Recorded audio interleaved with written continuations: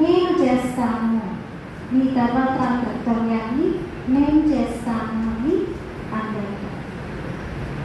అటువంటి దీపం లాంటి వారే టీచర్. విద్యాలయంలో వెలుగును చాటుతూ తమ టీచర్స్తో విద్యార్థుల యొక్క ఫ్యూచర్ని తయారు చేసేటువంటి వారే టీచర్.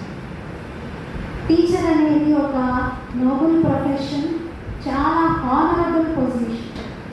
చెప్పాలంటే ఒక డాక్టర్గా అవ్వాలన్నా, యాక్టర్గా అవ్వాలన్నా, ఇంకే రకమైన పొజిషన్లో ఉండాలన్నా, రాష్ట్రపతులు తయారవ్వాలన్నా, రాష్ట్రపితలు తయారవ్వాలన్నా అందరూ ఒక టీచర్ దగ్గర చదవాల్సిందే. ఒక టీచర్ మార్గదర్శనంలోనే వ్యక్తి యొక్క ఎదుగుదల ఉంటుంది. అందుకే హిందీలో కూడా అంటారు గురువు బినా గతి నది అని. అంటే గురువు లేకపోతే మన జీవితంలో ఎదుగుదల ఉండదు అని.